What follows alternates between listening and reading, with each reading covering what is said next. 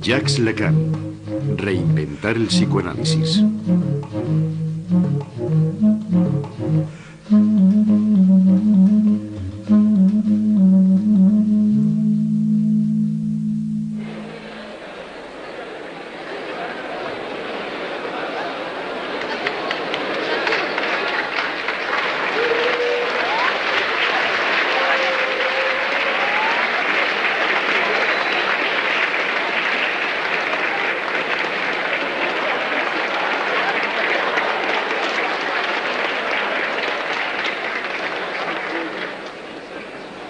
On entend? On n'entend pas.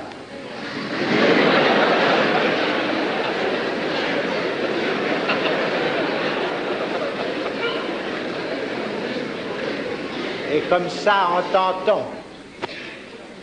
Ça va pas? Dites, ça va? Alors, la cravate, donc, était un obstacle. Je n'ai jamais la moindre intention de faire une conférence, mais j'ai un enseignement. J'ai fait ça pendant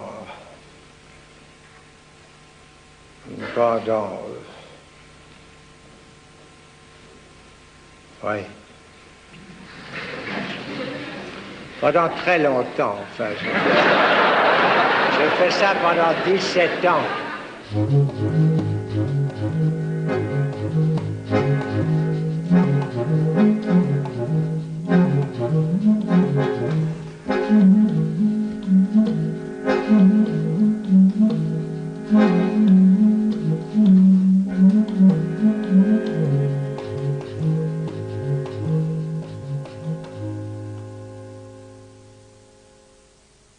Freud pensaba que el psicoanálisis era una revolución del espíritu que debía sacudir la conciencia del mundo.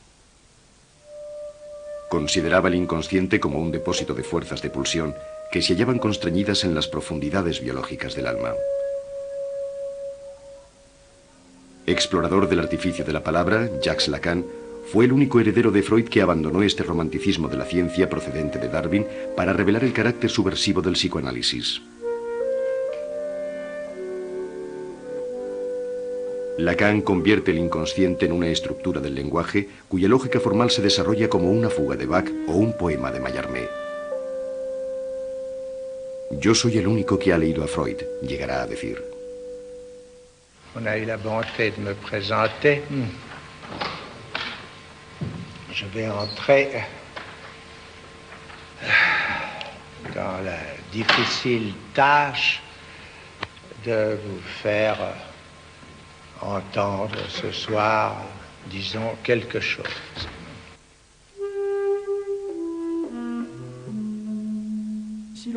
Para entender realmente el paso de Freud a Lacan y la importancia del psicoanálisis en Lacan, hay que darse cuenta de que supuso una reconstrucción total de los conceptos, como por ejemplo el concepto del sujeto. ¿Cómo caracterizar el sujeto en el momento en que aparece claramente en la doctrina lacaniana? En el fondo aparece a partir de varios elementos. En primer lugar, el sujeto es lo que debe ser pensado en la construcción del yo. Porque antes de teorizar a fondo sobre el sujeto, Lacan se interrogó primeramente sobre el yo.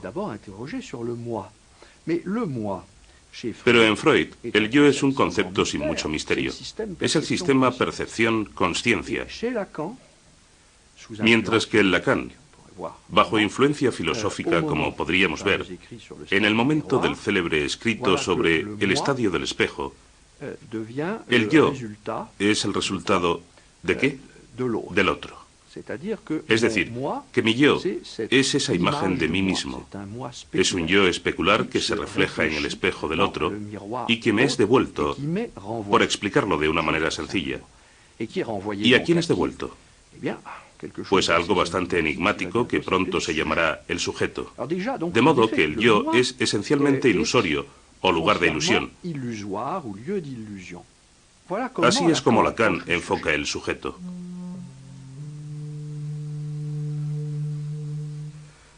El estadio del espejo es el momento durante el cual el niño entre los 6 y los 18 meses anticipa el dominio de su unidad corporal por la captación de su imagen en un espejo.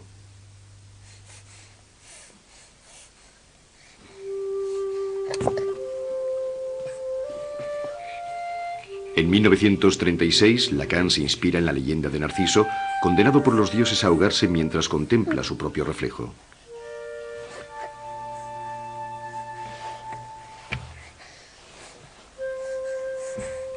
Cuando el sujeto reconoce al prójimo, alcanza la socialización y se desprende del mundo interior centrado en el yo.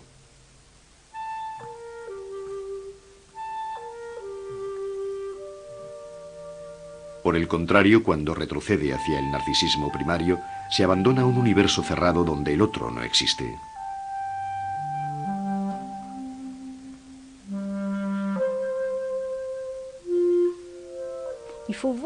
Hay que contemplar la aportación de Lacan como un cuadro moderno.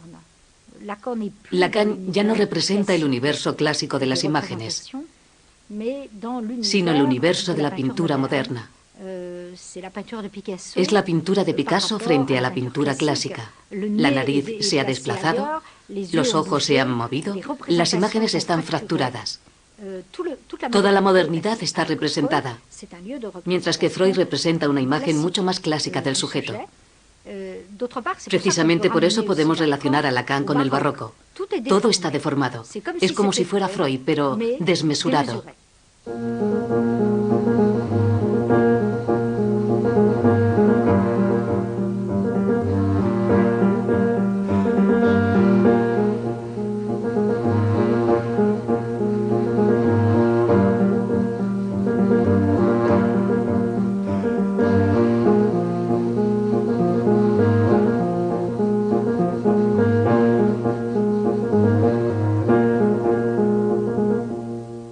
Nacido en París el 13 de abril de 1901 en el seno de una familia de vinagreros orleaneses, Jacques Lacan pertenecía a la media burguesía católica y bien pensante. Con su hermano pequeño Marc François, que se convertirá en monje de la Orden de los Benedictinos, mantuvo una relación privilegiada.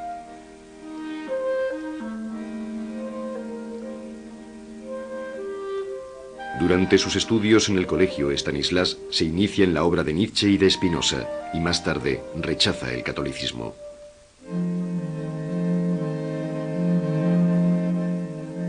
De aquellos años pasados en uniforme, guardará la íntima convicción de que las heridas psíquicas, más violentas, surgen siempre en el interior de colectividades aparentemente sometidas a la mayor normalidad.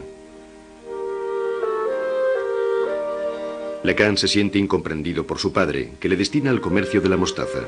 Así, entra en la modernidad del siglo XX por medio de una rebelión intelectual.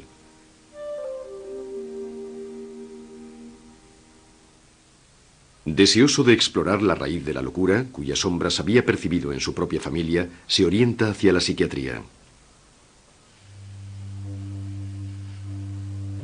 En el hospital de Sainte-Anne se enfrenta al sufrimiento de un asilo y se apasiona por la paranoia, una forma de locura tan coherente que Freud la comparaba con un sistema filosófico. Lacan hace de la paranoia un modo de razonamiento lógico inscrito en el corazón de la personalidad humana. Naturalmente podríamos preguntarnos por el propio tema de la paranoia. Sabemos que tuvo mucha importancia para Lacan, puesto que fue el tema de su tesis doctoral, igual que para el surrealismo a través de Salvador Dalí. Ahora bien, la paranoia es la búsqueda de la verdad. Y la suposición del paranoico es que a pesar del desorden de las apariencias, en alguna parte se esconde una realidad de cuya existencia está plenamente convencido y que confiere sentido a todo lo que ocurre a su alrededor. Y esa realidad es generalmente un complot o un crimen urdido contra él. Y precisamente esa es la estructura misma de nuestra búsqueda del conocimiento.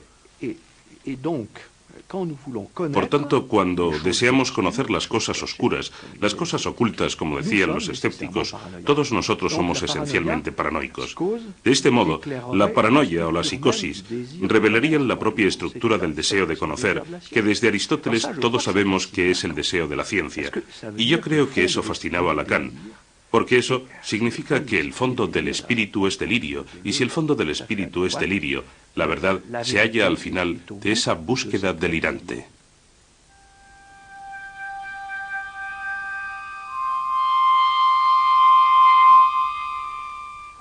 En 1930, los psiquiatras de su generación, marcados por la expansión del psicoanálisis, se interesan tanto por el estudio del delirio como por las aptitudes pasionales de las mujeres histéricas.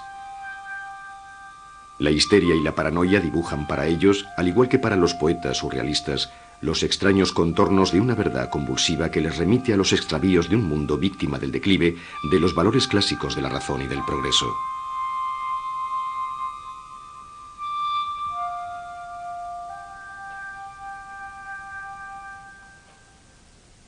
En 1932, Lacan publica su tesis de medicina dedicada al estudio de un caso de paranoia femenina.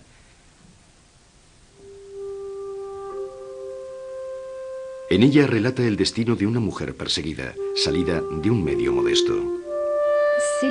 Es la historia de una empleada de correos que sueña con otra vida, que comete una tentativa de asesinato sobre la persona de una célebre actriz de la época, Huguette Duflos, y que fracasa en su intento.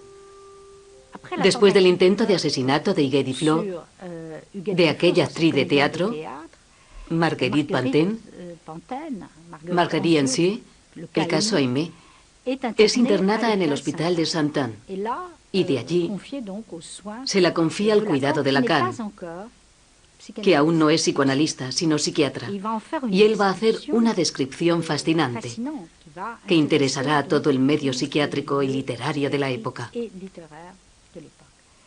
Y esta mujer, en el fondo, lo que Lacan muestra en esta historia de paranoia de autocastigo es que al atacar a la actriz, ella estaba atacando su ideal del yo, aquel con el que más se identificaba. Al año siguiente, en 1933, las hermanas Papin, sirvientas en la ciudad de Mans, asesinan salvajemente a su señora. Como en el caso Aimé, Lacan muestra que el verdadero móvil del crimen no es el odio de clases, sino la estructura paranoica a través de la cual un sujeto ataca el ideal del amo que lleva dentro de sí.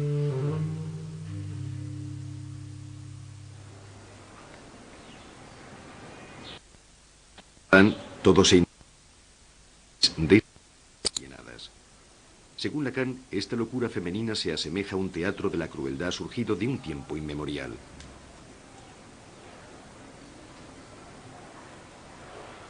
Es la manifestación contemporánea de una tragedia clásica, revisada y cotidiana del amo y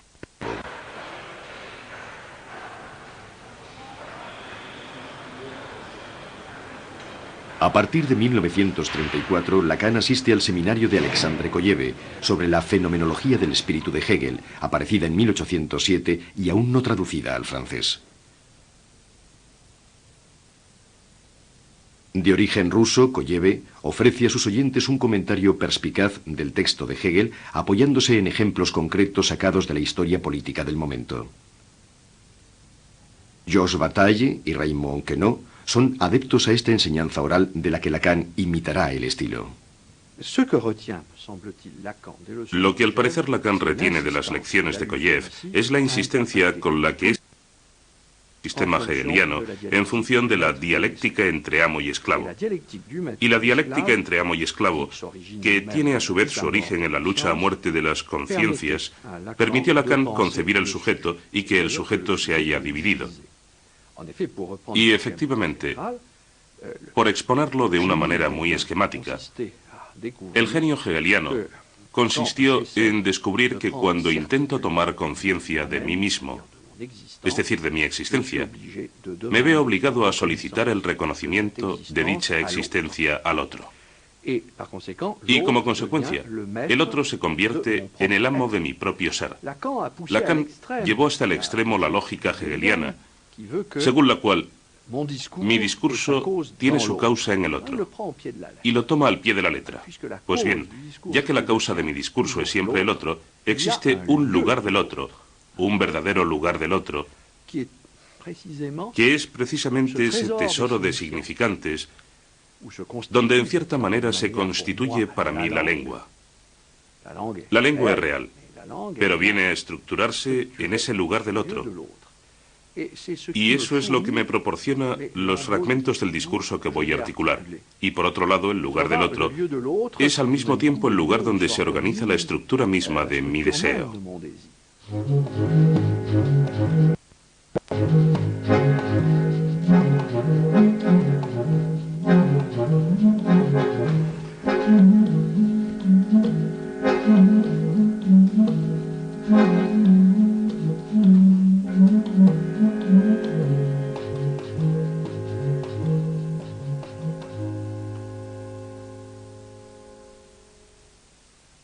En 1934, Lacan se casa con Marie-Louise Blondin, con la que tendrá 3 hijos, Caroline, Tribot y Sibylle.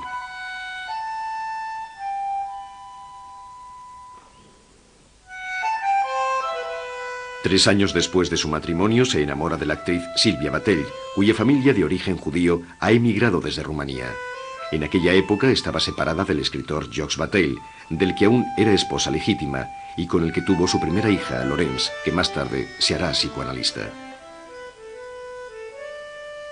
Durante la ocupación, refugiada en zona libre, Sylvia tendrá con Lacan una segunda hija, Judith, nacida en 1941. Finalizada la guerra, Lacan se casa con Sylvia, pero con el acuerdo de Marie-Louise oculta a los hijos de su primer matrimonio la existencia de su segundo hogar.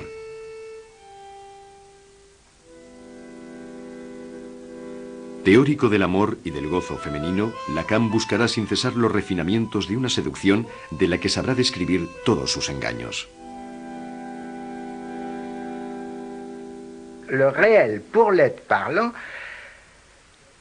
c'est qu'il se perd quelque part. Et où, c'est là que Freud a mis l'accent, il se perd dans le rapport sexuel.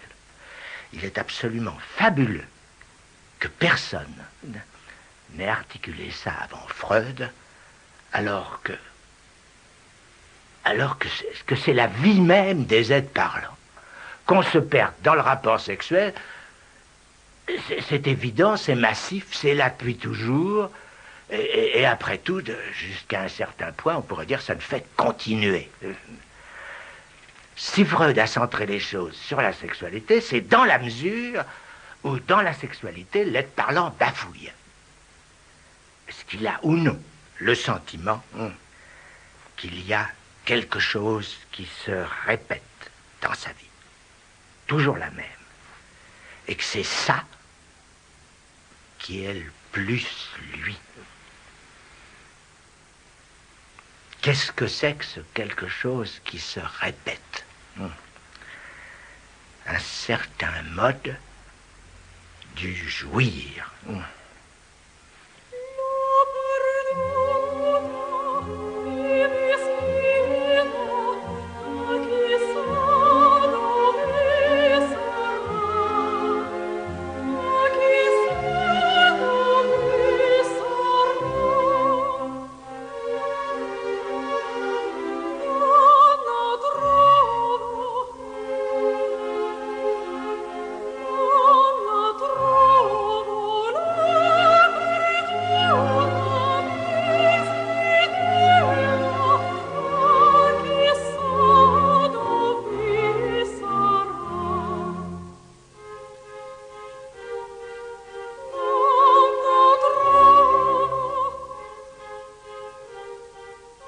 La mujer no existe. El amor es dar lo que no tenemos a alguien que no lo quiere. El deseo del hombre es el deseo del otro. Lacan tenía el arte de inventar sentencias y expresarlas con sentido del humor.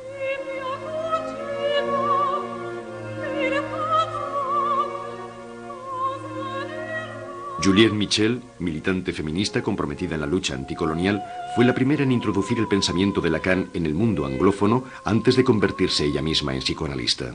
En Inglaterra, y espero no adornar demasiado la realidad haciendo prueba de nostalgia hacia el pasado,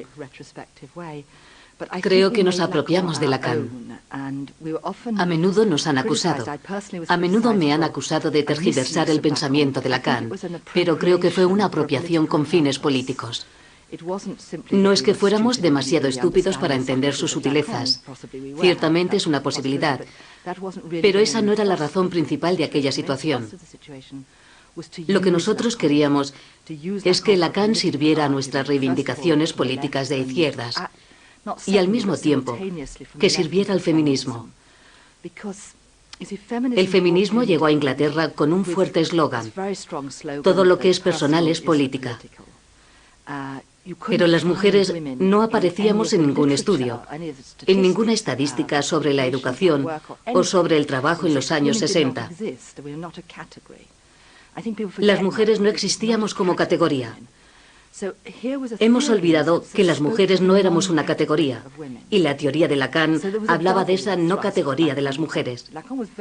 Por lo tanto, Lacan tenía un doble interés. En sus primeros escritos se interesó mucho por la familia, y luego derivó hacia lo que casi se ha convertido en un eslogan: la mujer no existe, subrayando el la.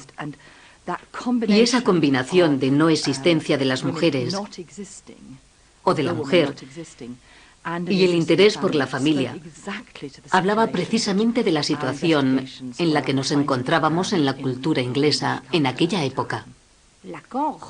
Lacan destaca algo específico de la mujer, de las mujeres, del gozo femenino, de la sexualidad femenina, pero sin convertirlo en algo natural, sin introducir el concepto de naturalidad en ese tema. Él no asigna a las mujeres el papel de lo maternal automáticamente, sino que capta una especie de locura femenina.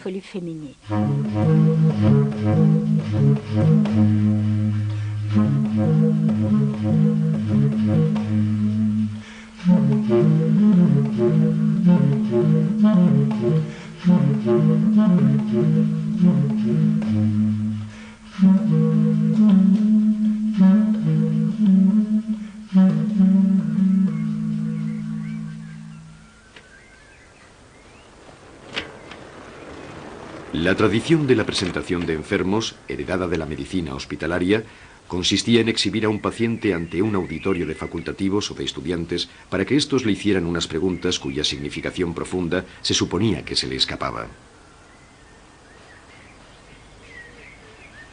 Los actores de este ritual, entrenados a través de años de encierro, manifestaban en realidad todos los síntomas que los directores del asilo esperaban de ellos. Lacan rompe esta clínica de la mirada para dar la palabra a los enfermos.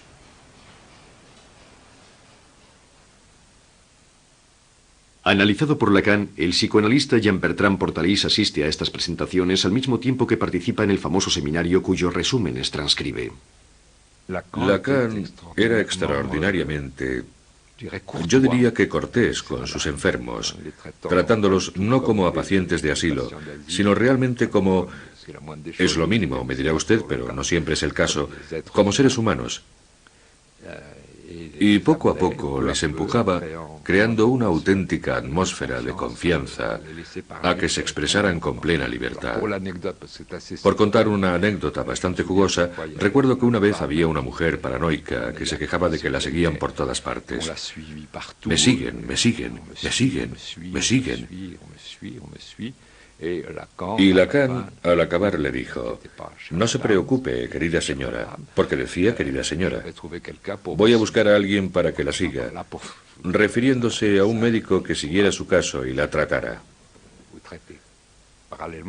Paralelamente estaba el seminario que impartía en Saint-Anne, en el anfiteatro que le había ofrecido el profesor Jean Delay. De modo que las dos cosas funcionaban completamente a la par. Lacan le daba mucha importancia a la asistencia a su seminario. Recuerdo que una o dos veces me salté las clases, hablo como un colegial que hiciera novillos, y me echó una buena reprimenda. ¿Por qué no vino usted el miércoles? No le vi, etcétera. ¿Y por qué funcionaba a la par? Porque estaba aquel seminario que era para mí el de los grandes años de Lacan. Un Lacan extraordinariamente brillante, estimulante. Todos los que asistíamos, aunque tampoco formábamos legión, éramos cerca de un centenar, teníamos la sensación de estar participando, no solo de asistir, de estar participando en el nacimiento del psicoanálisis, en su reinvención, como si fuéramos pioneros, como quizá pudieron serlo los primeros discípulos de Freud. Era una palabra. Yo insisto mucho en eso, en movimiento, como si él mismo en aquellos años estuviera también inventando e inventándose a sí mismo. Aquello era lo que nos daba un cierto entusiasmo, que participábamos, yo diría que casi de acuerdo con él, en resonancia con él, en un movimiento inventivo. Después de la Segunda Guerra Mundial, sin renunciar a la herencia de la filosofía alemana, Lacan se vuelve hacia el estudio de las estructuras simbólicas de la subjetividad. Apoyándose en los trabajos del antropólogo Jean-Claude Lévi-Strauss y del lingüista Roman Jakobson, hace del inconsciente el lugar de una cadena de significantes. Lévi-Strauss tuvo una importancia considerable en sus trabajos. ¿Por qué? Porque el problema que resolvió en cierto modo Lévi-Strauss con las estructuras elementales del parentesco fue mostrar que la prohibición del incesto, es decir, ese corte, esa obediencia a la ley de lo simbólico, en el fondo representa el paso de la naturaleza a la cultura. En otras palabras, el hombre no se prohíbe el incesto porque le horrorice, sino porque desea el incesto. Eso ya lo había señalado Freud. Pero Lévi-Strauss muestra que es algo estructural de las relaciones de parentesco. De ese modo, pasamos a la organización estructural de las relaciones de parentesco, que determina las estructuras simbólicas de la sociedad. Y estas estructuras simbólicas están dominadas por unas reglas, que son las reglas del lenguaje. ¿Qué es la cadena significante? La cadena significante es la estructura básica del inconsciente, es decir, del lenguaje del discurso, tal como lo crea el sujeto humano, puesto que los hombres se definen por el habla. ¿Por qué hablamos de cadena significante? El concepto procede naturalmente de la lingüística de Ferdinand de Saussure y de lo que conocía de Jakobson, etc. Pero quiere decir que cuando hablamos, movilizamos en un orden totalmente aleatorio estructuras, es decir, diferencias. El lenguaje está marcado por diferencias, diferencias de fonemas, diferencias de palabras, y estas diferencias se articulan siguiendo una lógica. Y Lacan habla de una cadena porque los significantes se encadenan según una lógica, y la cura analítica debe encaminarse a poner de manifiesto esa lógica que es común a todo sujeto. Pero esa cadena no se cierra, o más bien, se cierra en un final ausente. Es directamente infinita. No se cierra como una pulsera. Es como una pulsera cuyo cierre hubiese saltado. Y ese punto donde salta es, según Lacan, la causa de todo.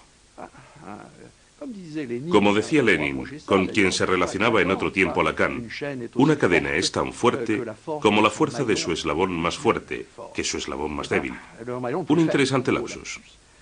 Pues bien, el eslabón más débil es el que da su coherencia a la cadena, y al mismo tiempo, el que llegado el caso la hace saltar. Y ese eslabón es el objeto del deseo al que llamará el objeto petit a. Petit a porque es otro, siempre es otro del que creemos, de modo que es radicalmente otro. Y hasta tal punto es otro que no podemos representárnoslo. Ce que l'expérience nous montre, c'est que cet un langage dont j'ai parlé et qui est ce dans quoi vous avez tous cru et grandi, que vous avez reçu chacun, disons le mot dans votre famille, n'est-ce pas, n'est pas là quelque chose qui vous a été transmis sans vous véhiculer en même temps toute une réalité frémissante et vacillante, enfin, qui est faite du désir de vos parents. C'est pour autant que dans la formation de chacun, cette incidence par la mère, enfin par la langue maternelle, enfin par ce quelque chose qui est à la fois au principe que c'est vers là que se tourne l'amour.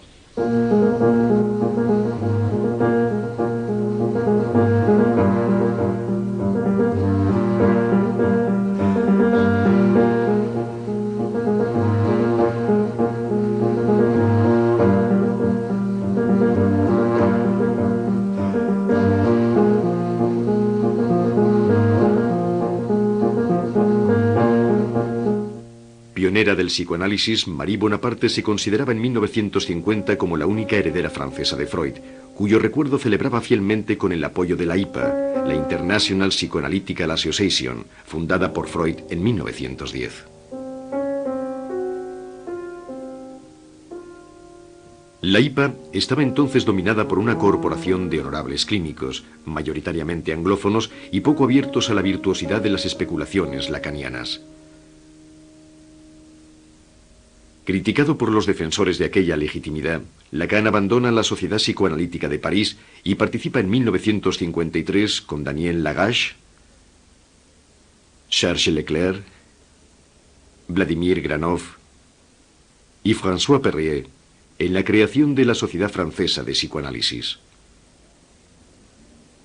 Su amiga Françoise Dolto, fundadora de un nuevo enfoque psicoanalítico de la infancia, le ofrece su apoyo.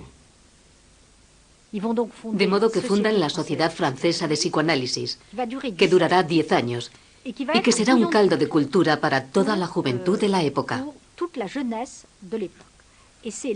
Y Lacan, ya sea como analista, controlador, maestro, iniciador o estimulador, a través de sus seminarios que tienen lugar en el Hospital Sainte-Anne en aquel momento y de la presentación de los enfermos, se convierte en el gran renovador, en el gran reinventor del psicoanálisis en Francia.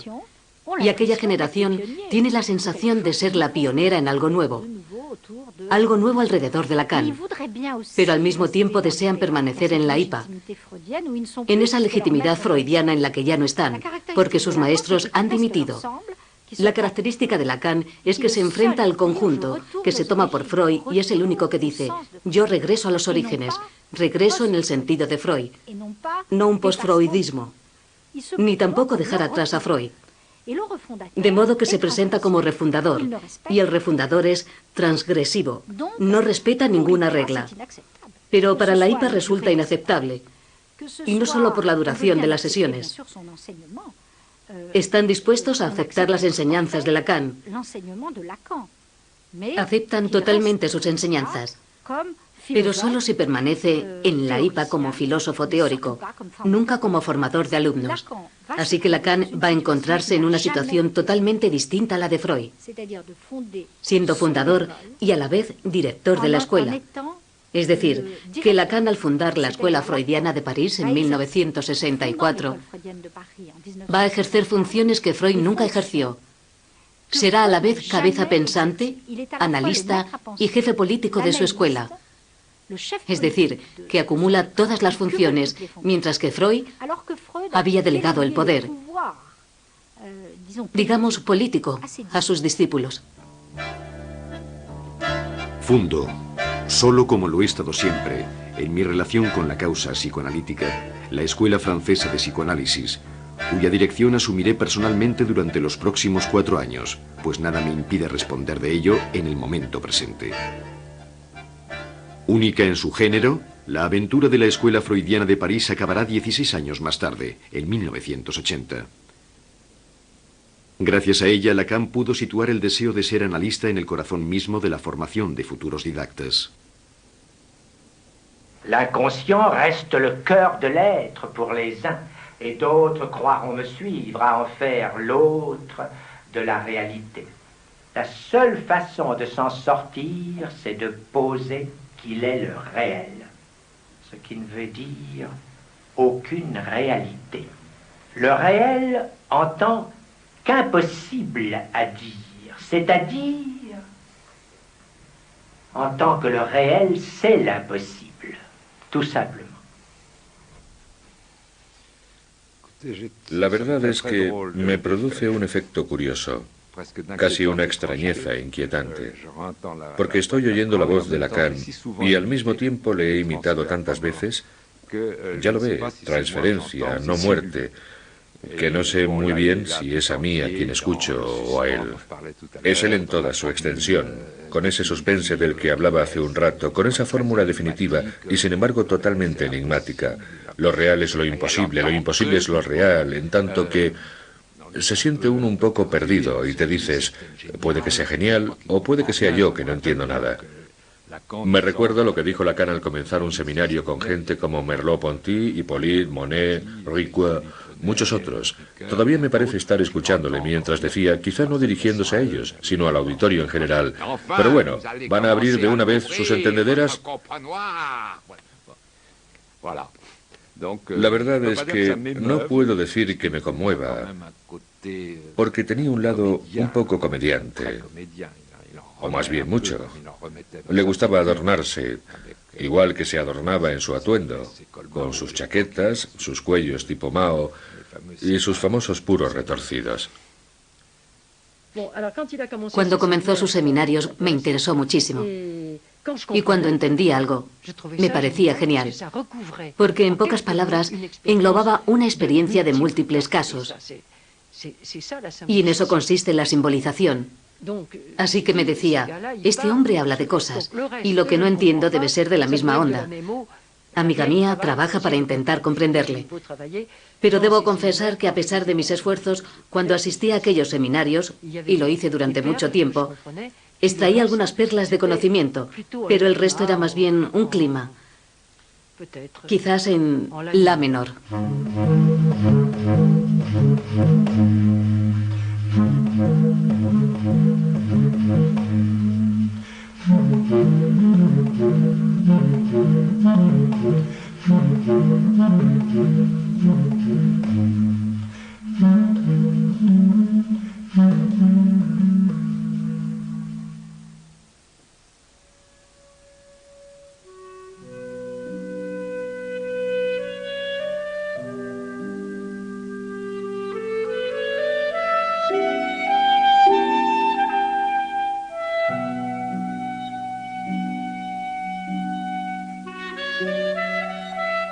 Fue en Roma, en 1953, en esta ciudad que ama apasionadamente, hasta el punto de regresar a ella sin cesar, donde Lacan definió los tres términos principales de su enseñanza durante un discurso dirigido a los miembros de la Sociedad Francesa de Psicoanálisis.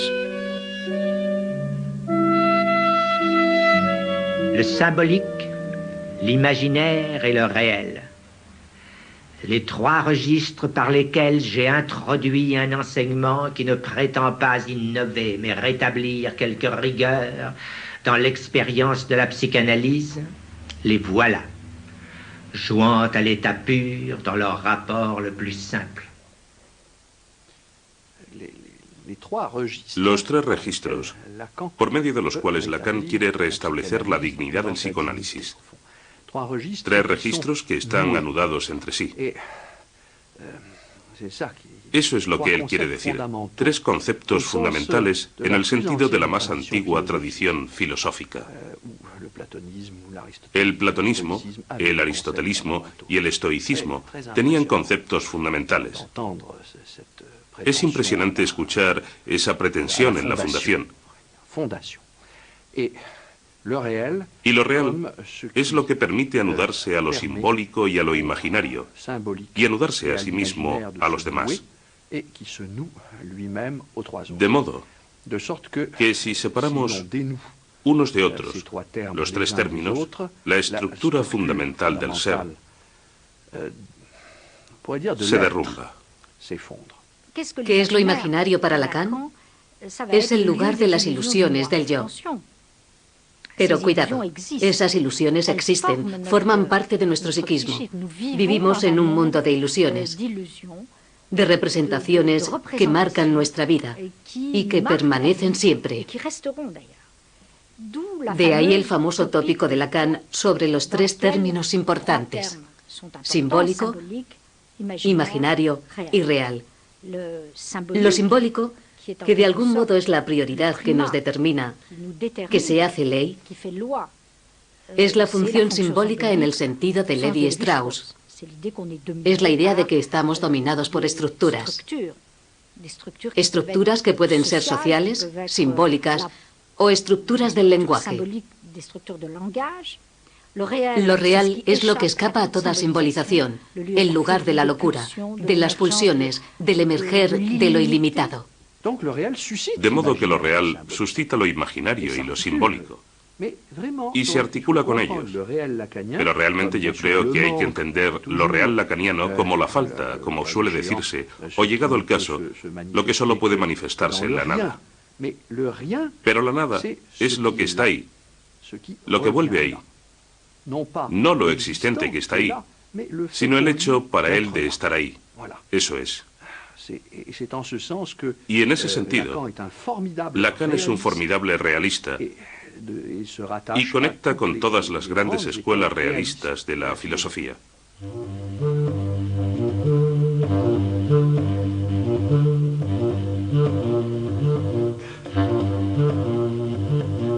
En 1963, el filósofo Louis Althusser invita a Lacan a la Escuela Normal Superior. Embarcado él mismo en una lectura estructural de la obra de Marx, que trata de desligar el comunismo de su derivación staliniana, le ofrece un brillante auditorio de jóvenes alumnos en busca de una revolución cultural que tiene a China como horizonte. Entre ellos, Jacques-Alain Miller, que se entrega con entusiasmo al servicio de los textos lacanianos. Más tarde se casará con Judith y se convertirá en el redactor de los seminarios de su suegro.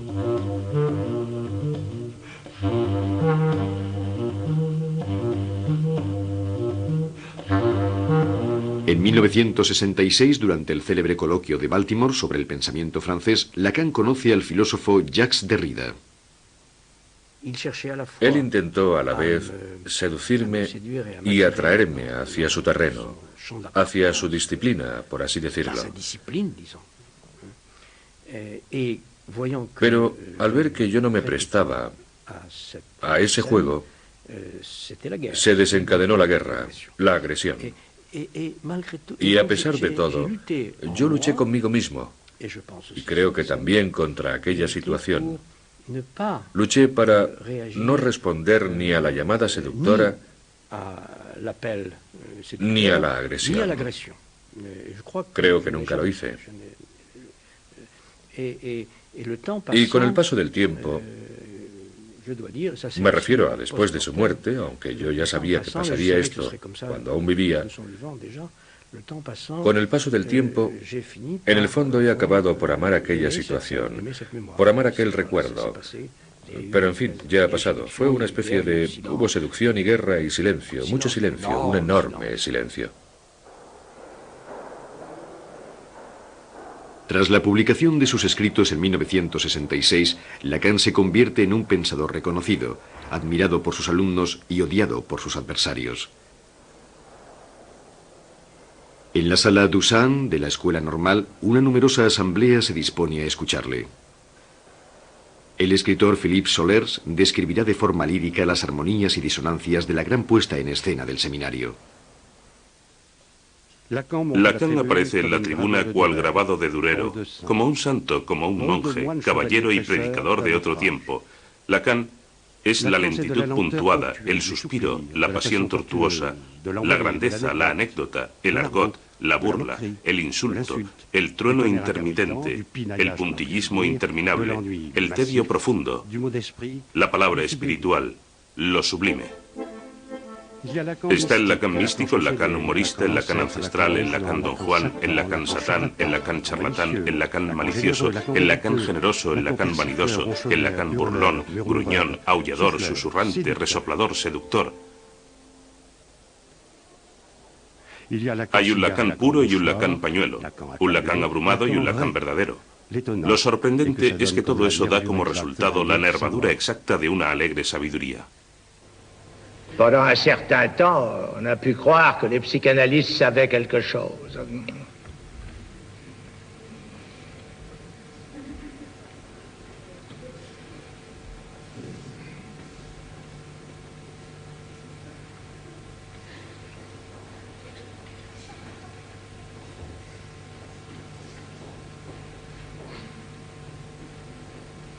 Mais ça n'est plus très répandu.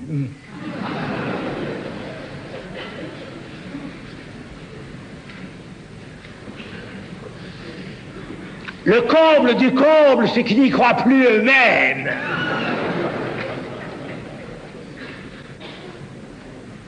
En quoi ils ont tort?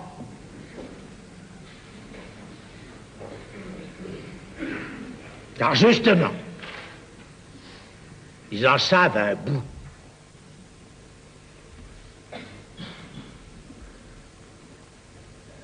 Se moquent exactement comme pour l'inconscient, dont c'est la véritable définition.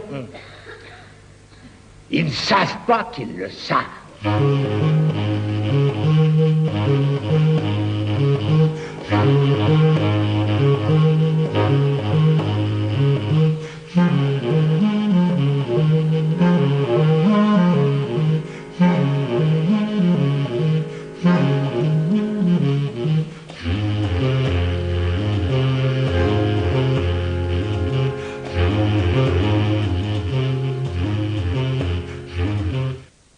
Desde 1950, Lacan había puesto en entredicho el ritual de las sesiones cronometradas de 55 minutos impuestas por la IPA y destinadas a preservar a los pacientes y a los alumnos en formación del poderoso influjo transferencial de sus maestros. Lacan pulveriza esa regla.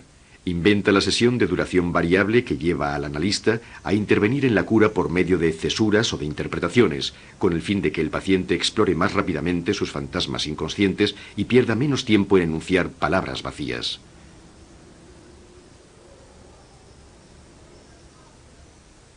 En 1971, profundamente afectada por el suicidio de su hermana, la psicoanalista portuguesa María Belo decide realizar con Lacan una segunda etapa de análisis. Creo recordar que fue una de las primeras veces que me refería al fallecimiento de mi hermana. Estaba llorando mucho y no tenía pañuelo. Él se dio cuenta y salió para traerme uno. Y bueno, yo me quedé con él, porque era un pañuelo de verdad, no un pañuelo de papel como hacen ahora. Era un pañuelo de mujer, de encaje, un pañuelo muy bonito. Así que me lo llevé para lavarlo y devolvérselo la próxima vez. Y me di cuenta de que era un pañuelo muy antiguo, porque estaba un poco rasgado y era de seda. Y de una forma imaginaria, de transferencia, pasé algún tiempo, no sé muy bien cómo se dice en francés, arreglando aquel pañuelo, haciendo una especie de encaje alrededor de aquel desgarro, que de hecho tenía mucho que ver, de una forma simbólica, con el desgarro que me había llevado hasta él. La calidad de su presencia hacía que se desencadenara un trabajo. Cada sesión desencadenaba un enorme trabajo analítico en mí, hasta el punto que cuando llegaba a mi casa escribía cartas de varias páginas, que luego depositaba en su buzón durante los intervalos entre las sesiones.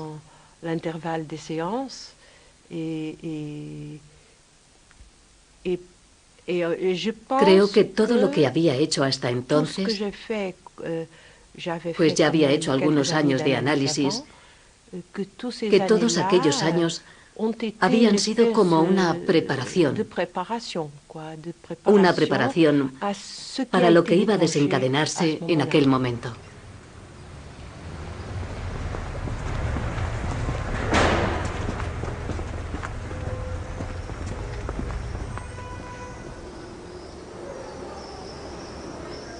A la edad de 70 años, angustiado por no haber dedicado bastante tiempo a transmitir sus enseñanzas, Lacan comienza a realizar sesiones analíticas a todos los discípulos que le profesan un amor incondicional. Sin justificación clínica, transforma progresivamente la experiencia de la cura en un laboratorio de lo extremo y acaba reduciendo la duración de la sesión a unos pocos minutos.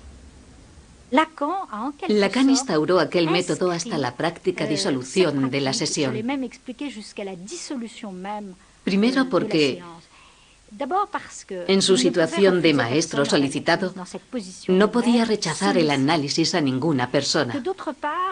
Y por otro lado, su pasión se traducía en una escucha muy particular, incluso en aquella ausencia de tiempo, que era sustituida por otra cosa distinta en el estudio de la calle Lille y de su apartamento. Aquellos que vivieron esa experiencia llevada al límite de lo imposible, pues aquellas sesiones ultra breves eran como algo imposible, pudieron extraer cosas negativas y a veces cosas positivas, pero participaron en una aventura única. Lo que yo aprendí del análisis lacaniano fue sobre todo la forma de cortar la sesión. Es decir, servirse del corte de una sesión como una forma de interpretación o como una manera de hacer sentir, comprender y escuchar a un paciente lo que acaba de decir o lo que está diciendo. También pienso que lo que Lacan hacía con aquellas sesiones tan cortas estaba muy relacionado con lo que él era. Si pensamos en aquella época, la época dorada, aunque yo no conocí cómo era antes, en aquella época dorada de la escuela freudiana, donde era prácticamente un mito, y mucha gente lo mitificaba, Lacan sentía la necesidad, en términos de transferencia, de hacer reaccionar a la gente, de hacer cosas que ninguna otra persona ha podido hacer después. Le transfert, c'est l'amour. Vraiment et simplement. Alors, pourquoi est-ce qu'on aime un être pareil?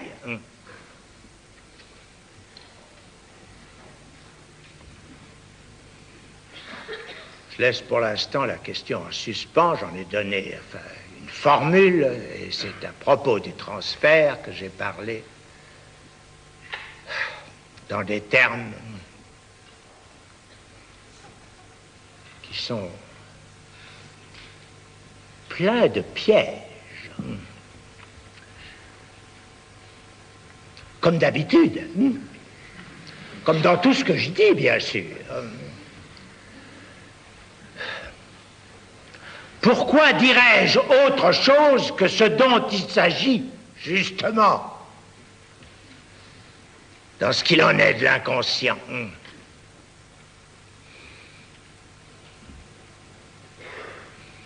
À savoir que le langage, ça n'a jamais, ça ne donne jamais, ça ne permet jamais de formuler que des choses qui ont 3, 4, 5, 10, 25 sens.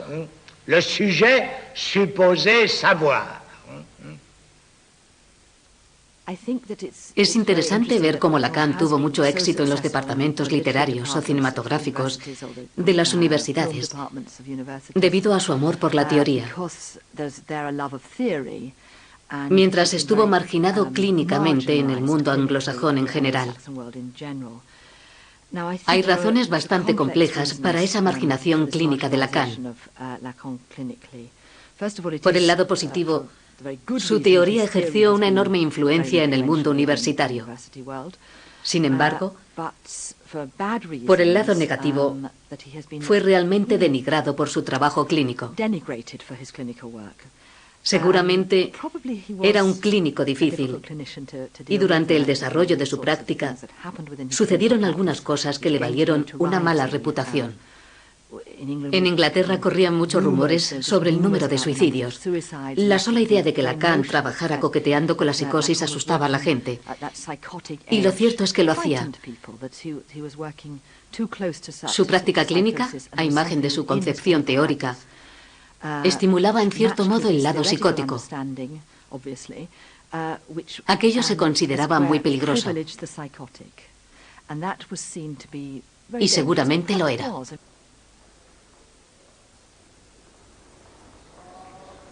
Contrariamente a otros clínicos, Lacan siempre había aceptado analizar a pacientes psicóticos o suicidas. Y a veces no conseguía evitar el paso a los hechos.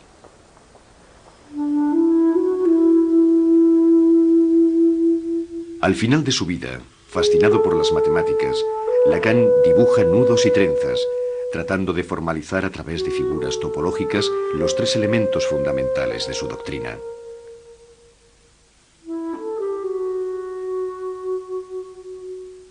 Víctima de problemas cerebrales, Lacan va perdiendo progresivamente la palabra delante de los oyentes de su seminario. Todos miran al viejo silencioso, privado de aquella voz fulgurante y trágica que había mantenido en vilo a generaciones de intelectuales y facultativos.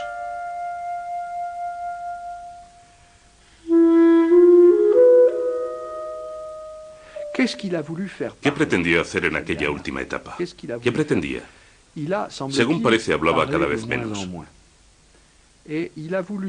Por medio de ese silencio, y usando cifras y números en una especie de extraño pitagorismo, al parecer quiso poner de manifiesto no solo el rigor de las estructuras del inconsciente, sino lo real en sí mismo.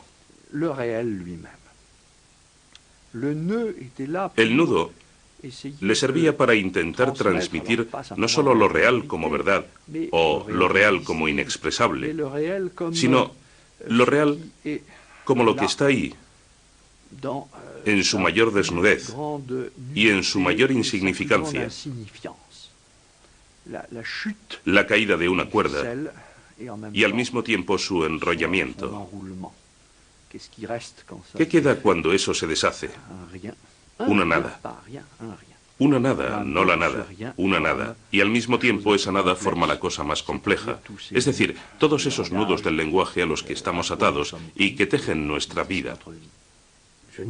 No puedo concebir que nadie que estuviera tan comprometido con él, con tanta pasión, no solo por el significante, sino por la verdad, tal como él la concebía, esa palabra, con tanta pasión por la verdad, siendo tan difícil hacer entender el propio sentido de la palabra verdad, no puedo concebir que una persona así pudiera vivir de otra forma que no fuera trágicamente. Y justamente eso me ayudó a evitar cualquier respuesta agresiva hacia Lacan. No me atrevería a decir que igual que yo, pero yo pensaba que aquel hombre tenía que asumir una responsabilidad trágica. La responsabilidad de asumir una tragedia. Y que a pesar de sus exhibiciones, su apariencia, su pompa y las escenas que hacía, debía sufrir secretamente esa herida. Y yo lo sentí, o al menos lo presentí y lo respeté. Seguramente fue el que mejor, y de la forma más moderna, supo plantear los lazos del hombre con la verdad de su deseo desnudo. La cuestión de lo real. La cuestión de la violencia en la historia, el hombre en Auschwitz.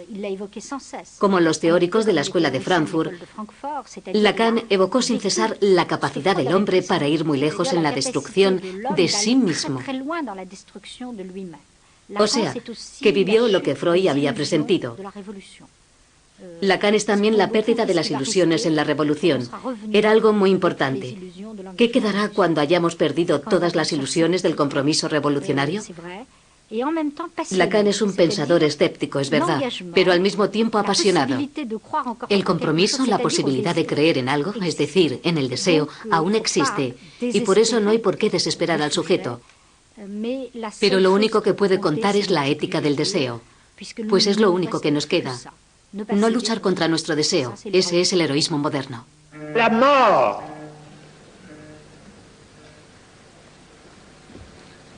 est du domaine de la foi. Vous avez bien raison de croire que vous allez mourir, bien sûr.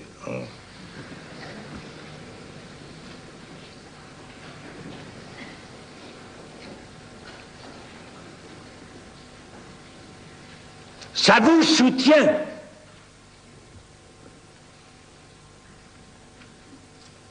Si vous n'y croyez pas, Est-ce que vous pourriez supporter la vie que vous avez?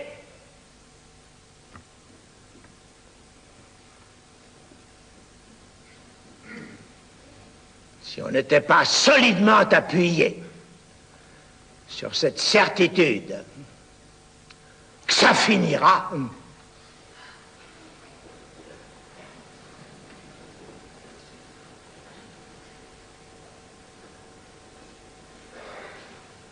comment est-ce que vous pourriez supporter cette histoire?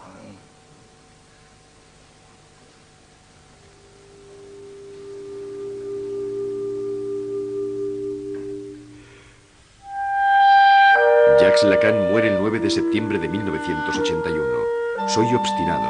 Desaparezco. Repartidos en numerosos países, sobre todo en Europa y en América Latina, los freudianos de obediencia lacaniana se han reagrupado en un sinfín de asociaciones. La mayoría se han despedido de la figura del maestro y han abandonado su práctica transgresiva, pero en todas partes del mundo han contribuido a un nuevo empuje del psicoanálisis. En cuanto a la obra de Lacan, sigue inacabada y llena de futuro.